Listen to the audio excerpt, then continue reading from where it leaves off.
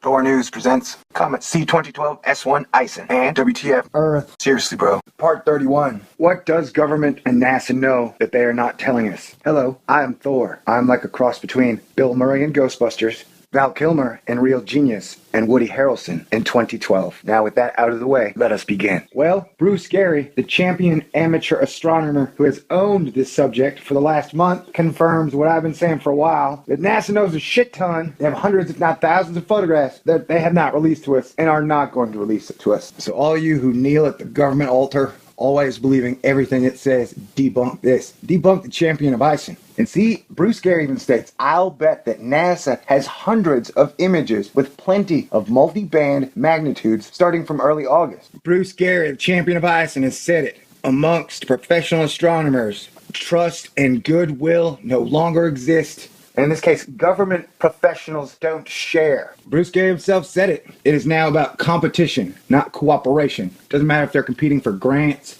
a good bunk in the dumbs, government happiness with them marching in line. This one is going to be light on the editing, heavy on the ranting. I was taking a look at www.brucegary.net/ISON/, and he has a comment on why couldn't NASA recover Comet ISON. Now, if you'll remember, Bruce Gary is the amateur astronomer champion who has basically been owning the ISON scene since August 12th. For about a month, Bruce Gary, who is a badass, has been pumping out the majority of all the useful data that we've been seeing in the last month. Now, he gives his take on NASA's inability to deliver us any new raw data in the last 5 months, which I found very fascinating. So join me, looking over this, if you will. He starts off with, some in the amateur astronomer community have barraged the CIOC with that question, why couldn't NASA recover Comet ISON? Now, if you will notice, Bruce Gary leaves out the N of the CIOC. The N standing for NASA, the CIOC standing for Comet ISON Observing Campaign. So right there, Bruce takes a slight shot at NASA just by not even including them on the observing campaign because they haven't really put out anything. They had some big function where they asked all the amateur astronomers to get together and give them all their data, while NASA gave up no data. And Bruce Gary proves if you are smart enough, strong enough, and determined enough, you can overcome the disease of having two first names. So thanks for that. Some of the amateur astronomer community have barraged the CIOC with that question, why couldn't NASA recover Comet ISON? Carl Batams posted an answer at his blog. Oh yeah, I seem to remember that. Let's go to that article real quick. Guys, I think I had something to do with that. I put up a video asking, hey NASA,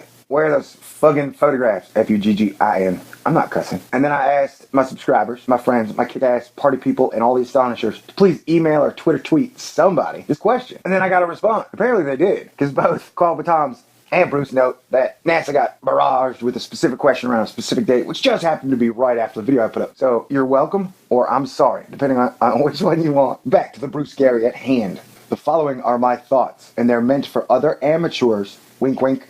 The professionals would be laughing at the obviousness of what I'm about to write. All right? You got that? They're laughing at us. First, how do we know NASA didn't recover Comet ISON before my August 12th imaging? Oh, we know. Man, they've been taking photographs of that thing from day one. They probably have thousands of photographs we have never seen. So, we just know that there's a ton of crap that they are not giving us. Would they bother to notify the amateur community? No, they wouldn't. Even after setting up the NASA Comet ISON Observing Campaign, obviously at this point, that whole campaign was to fish out and see what the amateur community had. They had absolutely no interest in working with the community and the public on this comet. They announced it as a comet of the century to start off with, and then they just shut up about it and let the speculations go wild. But hey, that's how our government works, man. But their strategy after announcing it as a comet of the century of leaving us in the dark is apparently what is going on. Who knows, maybe Obama has forbid them from talking about anything other than Muslim accomplishments and achievements in science and astrophysics since the year zero or whatever. I had to do this because, look at the whole Syria campaign. If you want an idea of our government action, look at how Syria was handled. Or if you want a better idea of how our government bodies function, we stopped adding any debt to the national debt technically back in May. So for like 4 months, we have been using accounting tricks to not breach the debt ceiling, which will be breached in October. And you hear any of the politicians talking about that? No. They're just going to wait to the last minute. They're going to ram that puppy in with a shitload of pork, and we're all just going to be foobarred again. I mean, that's how our government works. They make us pay for everything, and they don't give us anything in return. Would they bother to notify the amateur community about anything? Their recovery image and the fainter than modeled brightness. And see, Bruce Gary even states, I'll bet that NASA has hundreds of images with plenty of multi-band magnitudes starting from early August. I think plenty is a good word. It's a good and plenty word. All right, that was dumb. See, even Bruce Gary is basically saying they have hundreds of photographs they've taken of ISON, and they're not giving it to us. Bruce Gary, the champion of amateur astronomers on ISON. He's even saying the same thing I've been saying. And now we're probably going to definitely still get our army of shills who are worshiping at the altar of government saying, hey, even though they're publicly funded, they don't deserve to give us anything. And the fact that NASA hasn't given us a new photograph in 5 months is awesome. And that's their prerogative. And they are way better for not doing that. We're dumbasses for even asking for information. Back to Bruce Gary. You need to understand two things about professionals versus amateurs. One, professionals have much better hardware, and he capitalizes much. The only time he capitalizes anything in the whole article, that he bolds the whole word. He is saying they have ground and space-based telescopes that are 100 times better than any of you and I have. And due to their years of billion-dollar budgets, their years of tradition, and their total backing by the government, of course they have better shit than we do. It's like saying your home protection artillery, like 3 rifles, a shotgun, and 2 pistols, is not going to be as good as the government's hardware, or the Army's hardware, or the Army's weapons, or the Marines' weapons. The Marines are definitely going to have better weapons. NASA's definitely going to have better telescopes, satellites than us. 2, professionals don't share. And in this case, government professionals don't share. So whatever they're going to get for that $16 trillion that they've driven up on the national debt, they're not going to share with you because you were the dumbass who got hornswoggled out of that money. So you need to leave them alone. 1, all professionals in this situation are government. 2, government does not share. Not with you, the amateur taxpayer. You better get elected or get bent. So I mean, people have accused me of picking on NASA. Oh no, I'm picking on the government. But here you got Bruce Gary basically saying the same things I've been saying.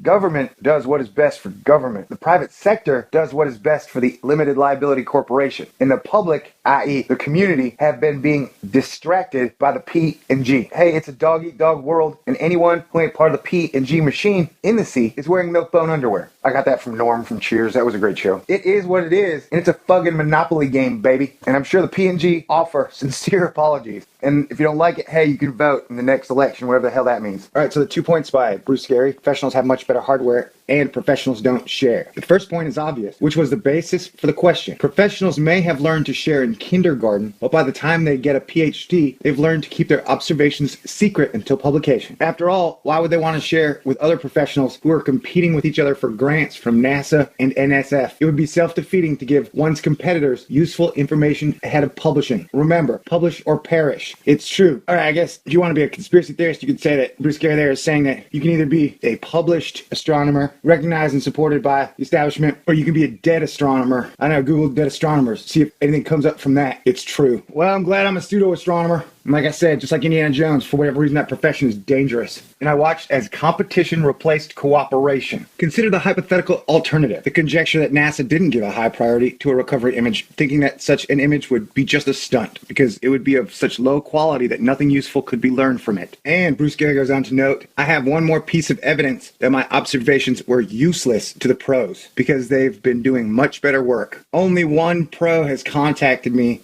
to clarify what I did, and he probably wasn't funded by NASA or NSF. He's basically saying none of the pros have contacted him, so he thinks that none of his images have any scientific value to them, meaning they already have hundreds of photographs, multi-band light spans. And he also stated professionals are laughing at us. And he also stated that the professional astronomers are selfish and greedy and only give a shit about making money and getting esteem. And so this whole idea that the professional astronomers are out there trying to teach us, get us more aware and more interested in science is total bullshit. That everything is corporate. The dollar runs everything. Comet ISON is a metaphor for everything, and the dollar owns your ass. The dollar runs your religion. The dollar runs your government. The dollar runs your car.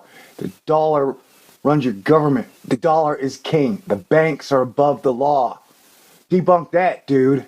And Bruce Gary leaves with, P.S. During the 1960s, I was a professional astronomer in radio astronomy. At that time and before, sharing among professionals was common. Trust and goodwill existed. After moving on to the atmospheric sciences, I kept track of my old field of astronomy, and I watched as competition replaced cooperation. There was a finite number of university teaching positions, so a greater proportion of PhD astronomers were competing for research grants. Too many PhDs were competing for limited funds. starting in the 1970s, the forces that operate when supply exceeds demand were unmerciful to the person with an IQ of less than 145 who just wanted to do astronomy for the love of it. That person was simply born a few decades too late. Such people can't compete today, so they leave the field, even if they've acquired a PhD. Those who remain employed in astronomy are super smart and also super competitive. No one holds your hand these days, encouraging you as a student to join the ranks of the professionals. If you don't already have a competitive nature, a genius IQ, you won't make it as a professional astronomer. That's my story, and I'm sticking to it. Bruce Gary, the champion of ISON, has said it. Amongst professional astronomers, trust and goodwill no longer exist. Why should we trust them? They haven't given us shit. Trust and goodwill gone the way of the dodo bird. They ain't sharing with you, you don't deserve nothing. Some in the amateur astronomer community, and I want to stop right there, because community is a good word. Technically, anyone who is not a professional astronomer in the world is an amateur astronomer. If you've ever looked up at the sun, the moon, the stars, and even thought one thought about them, you are an amateur astronomer. Right, now we got that out of the way. And community sounds a lot like communicate, except the end part, of course. And where all the amateurs are communicating with each other, don't you think it's odd that the professionals in science aren't communicating with us much? They are racking up the national debt at a time where they're putting red light cameras on every stoplight. They have over 10,000 geosynchronous satellites in orbit around Earth that are spying on us at all times. And they are putting as many drones in the sky as the law or above the law will allow them. And basically, drones are just backyard satellites. So the less they talk, the more paranoid they're getting. I don't know if anybody's noticed that, but it seems like lately the government is convinced that its own people is the enemy. Now, if you don't see this trend, there's nothing I can do for you, buddy. So I think right now it's hard to say that you can put your full faith in the White House, Congress, economists, in a cigar room, backdoor experts. All right, let me try it again. There you go. All right, I'm going to get back to working on 30. That one's going to be funny and weird. Wait, don't get confused. I'm not done with part 30 yet, so I'm going to go ahead and just put out part 31. This whole situation just made me mad. All right. Roar! So yeah, there you go. This one's over and done. I was speaking from the heart, which was on my sleeve. It's 2013. Fall. Winter is coming. It is what it is. God bless everyone. This is a Thor News presentation. Thor News presents Comet C2012 S1 ISON and WTF Earth. Seriously, bro. Part 31. What does government and NASA know that they are not telling us? Hello, I am Thor. I'm like a cross between Bill Murray in Ghostbusters, Val Kilmer in Real Genius, and Woody Harrelson in 2012. Now with that out of the way, let us begin. Well, Bruce Gary, the champion amateur astronomer who has owned this subject for the last month, confirms what I've been saying for a while, that NASA knows a shit ton. They have hundreds if not thousands of photographs that they have not released to us and are not going to release it to us. So all you who kneel at the government altar, always believing everything it says, debunk this. Debunk the champion of ISON. And see, Bruce Gary even states, I'll bet that NASA has hundreds of images with plenty of multi-band magnitudes starting from early August. Bruce Gary, the champion of ISON, has said it. Amongst professional astronomers, trust and goodwill no longer exist. And in this case, government professionals don't share. Bruce Gary himself said it. It is now about competition, not cooperation. Doesn't matter if they're competing for grants, a good bunk in the dumbs, government happiness with them marching in line. This one is going to be light on the editing, heavy on the ranting. I was taking a look at www.brucegary.net/ISON/, and he has a comment on why couldn't NASA recover Comet ISON. Now, if you'll remember, Bruce Gary is the amateur astronomer champion who has basically been owning the ISON scene since August 12th. For about a month, Bruce Gary, who is a badass, has been pumping out the majority of all the useful data